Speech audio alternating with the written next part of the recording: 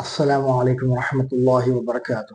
وعلیکم السلام ورحمۃ اللہ نحمده ونصلي ونسلم على حبیبه الکریم الامین العزیز الرؤوف الرحیم، اما بعد فاعوذ باللہ من الشیطان الرجیم، بسم اللہ الرحمن الرحیم، کلا وعد اللہ الحسنى، صدق اللہ العلی العظیم۔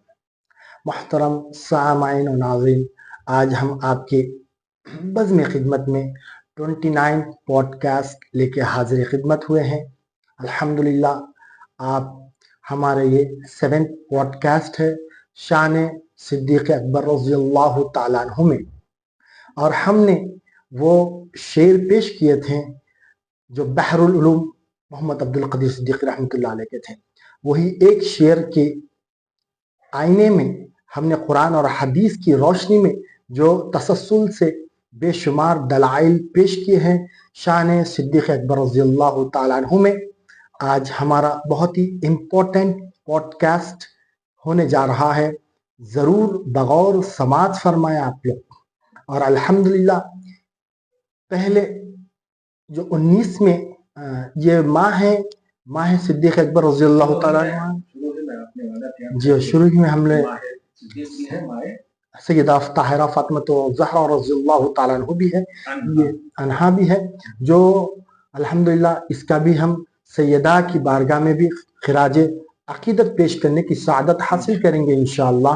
اور اس جمعہ میں آپ سنے ہوں گے اور دیکھے ہوں گے جو جمعہ کے دن جو خطاب ہوا ہے مفتی صاحب کا مدینہ مسجد میں، الحمدللہ شان سیدہ طاہرہ فاطمہ زہرا رضی اللہ تعالیٰ عنہ کی جو شان میں جو عقیدت پیش کیے ہیں، وہ عقیدت نہیں، وہ حقیقت ہے، اور مختلف زاویوں سے، تمام جہتوں سے جو بتائے ہیں اہل بیت کی شان، بغور سماعت فرمائیے، ضرور اس کو دیکھیے، ضرور آپ محظوظ ہوئیں گے انشاءاللہ۔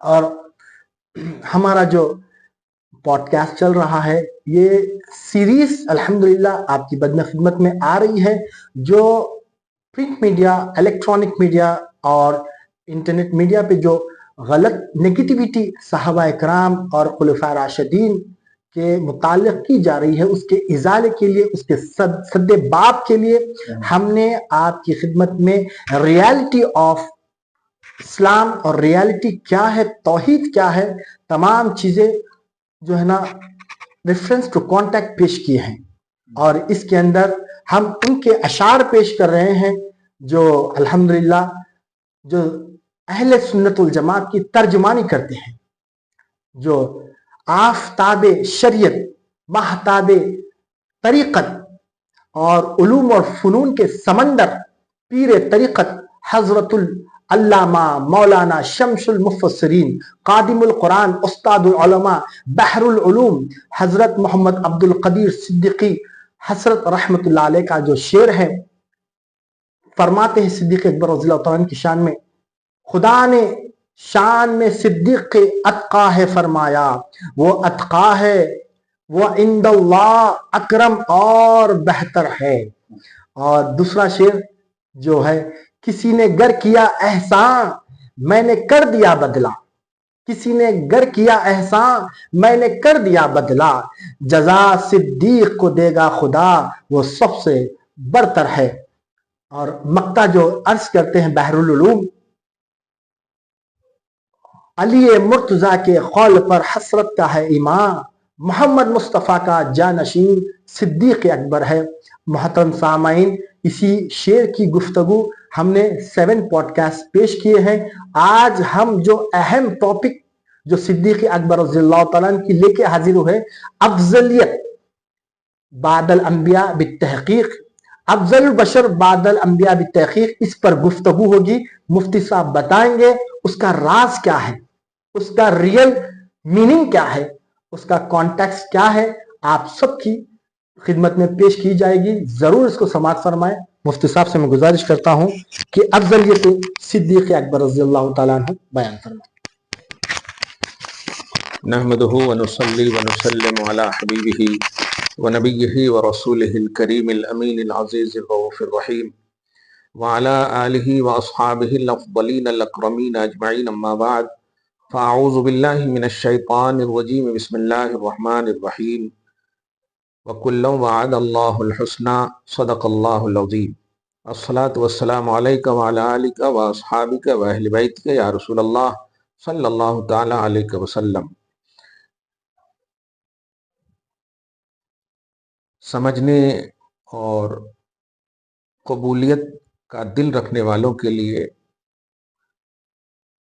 اگر کہا جائے تو اتنی باتیں کافی ہیں، لیکن جو لوگ چوں چرا این و آ میں رہتے ہیں اور تاریخ، سیرتیں، ادوار، حالات، زمانے، ان سب کی بنیاد پر کسی کی شخصیت کو سمجھنے کی کوشش کرتے ہیں، ان کے لیے تو آپ پوری دنیا بھی پیش کر دیجئے تو ناکافی ہے۔ اس لیے سب سے اہم بات یہی ہے جو میں نے کل 5 دسمبر جمعہ کی تاریخ میں شان سیدہ کے عنوان سے ایک جملہ کہا کہ صحابہ کرام پر بھوکنا یا صحابہ کرام کے خلاف بکواس کرنا کسی بھی طرح سے یہ اللہ کے ججمنٹ پر اعتراض ہے، اللہ کے فیصلے پر اعتراض ہے۔ اللہ احکم الحاکمین ہے۔ کسی بھی فیصلے کو چیلنج اس وقت کیا جاتا ہے جب اس سے بڑا یا اس سے کوئی بڑی عدالت موجود ہو۔ مثلا چھوٹے کورٹ والے اوپر کورٹ والے کو، لوئر کورٹ والے ہائی کورٹ کو، ہائی کورٹ والے سپریم کورٹ کو چیلنج نہیں کر سکتے ہیں جی۔ نیچے والے اوپر کو، ہاں بھائی یہاں اگر آپ کے خلاف ہے تو اوپر جائیے، اوپر ہے یعنی سپریم کورٹ کے بعد پھر نہیں ہے، اقوام متحدہ وغیرہ فار ایگزامپل۔ لیکن اللہ تو احکم الحاکمین ہے، اس سے بڑی کوئی عدالت نہیں ہے، اس کے اوپر کوئی عدالت، اور اس عدالت سے جب فیصلہ ہو چکا کلو وعد اللہ الحسنى کہ سارے صحابی سے جنت کا وعدہ اللہ نے لے لیا، یہ ججمنٹ ہے اللہ پاک کا۔ تو اب کسی بھی صحابی کے حوالے سے، کسی بھی صحابی کی بات ہو رہی، شخصیت کی بات نہیں ہو رہی۔ صحابی ایک کانسیپٹ ہے، شخصیت نہیں ہے۔ صحابی ایک ہاں انڈیکس ہے، وہ اس میں جو بھی شریک ہے ان سب سے اللہ تعالیٰ نے جنت کا وعدہ لے لیا۔ سبحان اللہ۔ اب جب اللہ تعالیٰ کا فیصلہ ہو چکا ہے، اب اگر کوئی کسی بھی صحابی کے حوالے سے کچھ بھی بولتا ہے تو پھر ججمنٹ کو چیلنج کر رہا ہے۔ یہی مطلب ہوا ججمنٹ کو، یہ جملہ زیادہ سمجھ میں آنے والی بات ہے، ججمنٹ کو چیلنج کر رہا ہے۔ فرض کیجئے نا بھائی، ابھی ہم ٹرپل طلاق کا ایک چھوٹی سی مثال دے رہا ہوں، اپنے انڈیا کے بعد ٹرپل طلاق کا ایک قانون بنا۔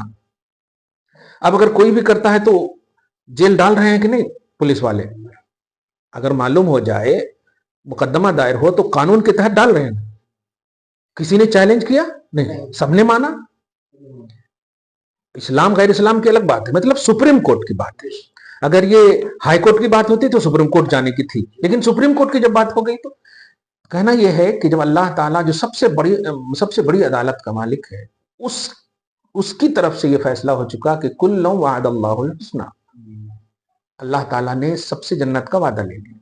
اب جب سب کو اللہ نے جنتی کہہ دیا تو اب یہ کریدنے کا کانسیپٹ جو ہے ختم ہو گیا۔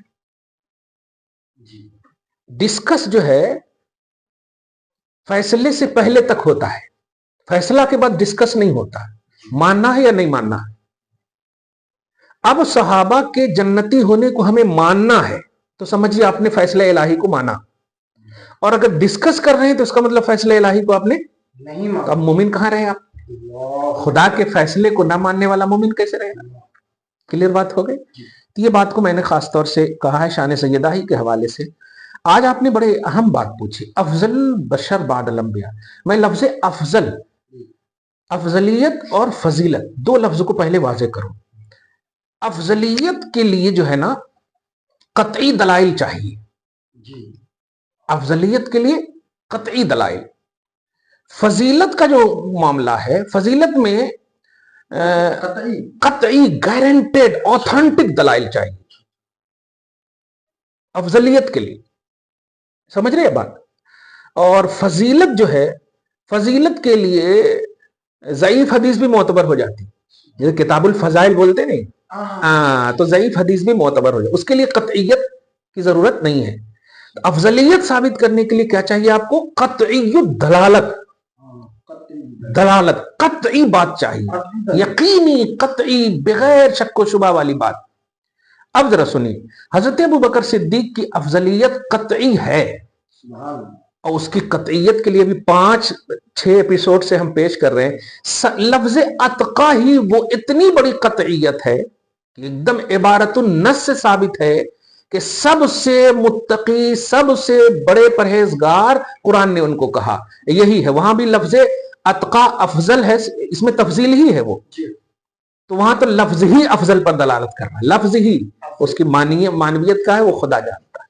بہرحال ایک اور جملہ کہوں، بڑا خوبصورت جملہ آ رہا. خلافت کی بات کی ہے، خلافت تو نبی کے بعد بنیں گے نا ابو بکر. خلیفہ اس کو کہتے ہیں کہ جب اصل ظاہری طور پر نہ ہو تو اس کو براجمان کیا جائے، صحیح ہے نا. جب نبی جب موجود ہیں ظاہری طور پر، صحیح ہے نا، تو ابھی خلافت کا تو کانسیپٹ ہی نہیں ہے، خلافت کا تو معاملہ ہی نہیں. اب ذرا غور کیجئے، حضرت ابوبکر صدیق کی جو افضلیت ہے وہ آپ کی خلافت سے مقدم ہے، یعنی افضل پہلے ہیں آپ. اب ذرا غور کیجئے، افضل پہلے ہیں آپ، خلافت بعد میں ہے. میں اس جملے سے سمجھانا یہ چاہ رہا ہوں کہ افضل پہلے ہیں، خلافت بعد میں ہے. اور خلافت کا جب موقع آئے گا تو بتاؤ افضل کو بناؤ گے یا غیر افضل کو بناؤ گے؟ اب آپ سمجھیے اس بات کو. اب افضل پہلے ہے، خلافت بعد میں. کیوں؟ اس لیے کہ جب قرآن اتر رہی ہے تو نبی پر اتر رہی ہے، قرآن کی آیت اتر رہی ہے تو نبی پر اتر رہی ہے، اور نبی ابھی ہے. اس کا مطلب افضلیت کی آیت پہلے اتری ہے. اور جب رسول پاک صلی اللہ علیہ وسلم کی ظاہری حیات ہی میں آپ کی افضلیت کی آیت اتر گئی تو وہ کون ہوگا جو آپ کو نبی کا خلیفہ نہیں بنائے گا؟ نبی کے زمانے ہی میں جب آپ کے افضل ہونے کی، صحیح ہے، ہاں، تو حضرت ابوبکر صدیق کی افضلیت یہ مقدم ہے آپ کی خلافت پر. لوگ خلافت اولا اور خلافت ثانیہ اور ثالثہ کی بات کر رہے تھے، یہاں ابوبکر صدیق کے افضل ہونے پر بات کریں گے نا تو سارا مسئلہ ہی ختم ہو جائے گا کہ یہ پہلے ہیں یا دوسرے. پہلے دوسرے کی آپ بات ہی یہاں پر مت کرو، یہ بتاؤ کہ پہلے اور دوسرے ہونے کے لیے بیس کیا ہے؟ بیس ہے افضل ہونا، اور ابوبکر صدیق نبی کے ظاہری حیات ہی میں افضل ہیں. سبحان اللہ. یہ تمام صحابہ کا اتفاق ہے، یہ تمام صحابہ کا اتفاق ہے. سمجھ رہے ہیں نا؟ ہاں، اتفاق کا مطلب تمام صحابہ من وان تسلیم کرتے ہیں اس بات کو. اتفاق بولے تسلیم کرتے ہیں اس بات کو. افسوس یہ ہوتا ہے کہ جو اہل بیت کی محبت کا دعویٰ کرتے ہیں نا آج لوگ، میں ان سے یہی کہتا ہوں کہ آپ نے اہل بیت کی محبت کا دعویٰ یہ غلط ہے. کیسے غلط ہے ذرا سمجھیے. کیونکہ کس سے محبت کرتا ہے؟ اہل بیت کون ہے؟ علی، فاطمہ، حسن، حسین، صحیح ہے. اور ہر زاویے سے وہ کامل اکمل مکمل ہے، کامل اکمل مکمل، تینوں جملہ ہے، کامل اکمل مکمل. صحیح ہے. اب آپ ذرا یہ بتائیے کہ حضرت علی سے زیادہ سمجھدار ہیں آپ؟ حضرت علی سے زیادہ طاقتور ہیں آپ؟ حضرت علی اسد اللہ ہیں، اللہ کے شیر ہیں، فاتح خیبر ہیں. آپ سمجھیے ہر زاویے سے، فزیکلی، مینٹلی، علمی، ہر طرح سے، یہاں تک کہ انا مدینۃ العلم والی بابا، یعنی جو اسرار و رموز نبی صلی اللہ علیہ وسلم جانتے ہیں، اس کے شہر ہیں آقا، اور علی دروازے ہیں. علم کا عنوان ہے. میں جو بتانے جا رہا ہوں وہ یہ ہے کہ اگر ابو بکر صدیق پہلے خلیفہ ہیں تو حضرت ابو بکر نے آبجیکشن کیوں نہیں کیا کہ آپ پہلے خلیفہ نہیں، میں پہلا خلیفہ ہوں؟ ذرا سوال کی. محبت میں ریئلٹی ہونی چاہیے، محبت میں ریئلٹی ہونی چاہیے. حضرت ابو بکر صدیق خلیفہ بنے، مطلب غیر اہل سنت جماعت کے لوگ، مطلب رافضی اور شیعہ لوگ بولتے ہیں کہ غلط بنے. اچھا، تو اس کا مطلب یہ کہ حضرت علی یہ غلط ہوتا ہوا دیکھ رہے ہیں. آپ ذرا سمجھیے اس کو. تو 2-2.5 سال تک جو حضرت علی کی خلافت رہی، حضرت ابو بکر کی خلافت رہی، وہ 2-2.5 سال تک ان کے کہنے کے مطابق حضرت علی غلط دیکھتے رہے. پھر اس کے بعد حضرت عمر کا زمانہ آیا، 10 سے 12 سال، 10 سے 12 سال تک بھی حضرت علی، آپ سمجھ رہے. پھر حضرت عثمان کا زمانہ آیا، تقریباً کل 26 سال تک 24 سال تک حضرت علی غلط دیکھتے رہے. What naan sense. یہ حضرت علی کو کتنا دم مطلب مجبور بتا رہے ہو آپ. جو فاتح خیبر ہیں, جو اسد اللہ ہیں, ان کے پاس کمی کس چیز کی ہے؟ کس چیز کی کمی ہے؟ طاقت کا معاملہ ہو تو طاقت سے غلط کو دور کریں, علم کا معاملہ ہو تو علم سے غلط کو دور کریں. ارے حضرت عمر ابن خطاب تو فرماتے ہیں کہ لولا علی لہلک عمر, اگر علی نہ ہوتے تو عمر ہلاک ہو جاتا. خاص مشورہ لیتے تھے حضرت علی سے. آپ سمجھ رہے ہیں اس بات کو؟ تو حقیقت میں رافضی حضرات یا شیعہ حضرات یہ جو بھی متاثر ہیں ان سے, یہ اہل بیت کے محب نہیں ہیں. محب اہل بیت وہ ہے جو حضرت علی کو قبول بھی کرے, حضرت علی کے علم کو بھی قبول کرے, ان کی طاقت کو بھی قبول کرے, ان کی ریئلٹی کو بھی قبول کرے, ان کے کردار کو بھی قبول کرے, انہوں نے جو پیش کیا اپنا فریضہ خلفاء کے حوالے سے ان کو بھی قبول کرے. ایک دم کلیئر بات ہو گئی. اب جو ہے میں نے اس بات کو ہائلائٹ کریں کہ افضلیت پہلے ہے, خلافت بعد میں ہے. افضلیت پہلے اور خلافت یعنی چنا اس کو جاتا ہے, سلیکٹ اس کا کیا جاتا ہے جو ہر زاویے سے اچھا ہو, اور ہر زاویے سے اچھا جو ہوتا ہے اسی کو چنا جاتا ہے. ابو بکر صدیق افضل سارے صحابہ میں ہیں. یہ صحابہ کا بھی عقیدہ ہے, اور صحابہ کی کیوں نہ عقیدہ ہو, جن کی شان میں اتقا نازل ہوئی ہو, وہ صحابہ کیسے اعتراض کریں گے؟ لہٰذا صحابہ کے زمانے میں بھی اسی لیے کہا جاتا ہے کہ یہ اجماعی عقیدہ ہے کہ ابو بکر صدیق افضل ہے. تو افضل البشر بعد الانبیاء بالتحقیق. تو افضل اور فضیلت کا کانسیپٹ سمجھ میں آ گیا آپ کو. اب میں اپنی کتاب میں جو تم بہترین امت ہو, اس میں میں نے 10 راز لکھے ہیں. 10 راز, 10 نقطے بھی کہہ سکتے ہیں آپ. حضرت ابو بکر افضل کیسے ہیں, افضل کیسے ہیں. وہ غار والا عنوان تو آپ سمجھ ہی گئے الحمدللہ. اور اس کی میں ہر سند کے ساتھ پیش کرنے کی اصل وجہ یہ ہے کہ تاکہ بعد میں کوئی یہ نہ بولے کہ یہ ضعیف حدیث ہے. میں نے مختلف سندوں سے, خاص طور سے البدایہ والنہایہ, حافظ ابن کثیر وغیرہ کا حوالہ, جو بڑے اوتھینٹک ہیں یہ لوگ, ہر ناقدین حدیث میں سے. خیر, تو سب سے پہلا پوائنٹ, حضرت ابو بکر صدیق افضل ہیں. اس کا پہلا راز یا اس کی پہلی وجہ کیا ہے سنیے. کفار نبی صلی اللہ علیہ وسلم کو قتل کرنے کے درپے تھے. ٹھیک ہے, نکل گئے تھے نا قتل کرنے کے لیے.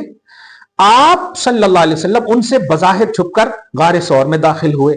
ٹھیک ہے.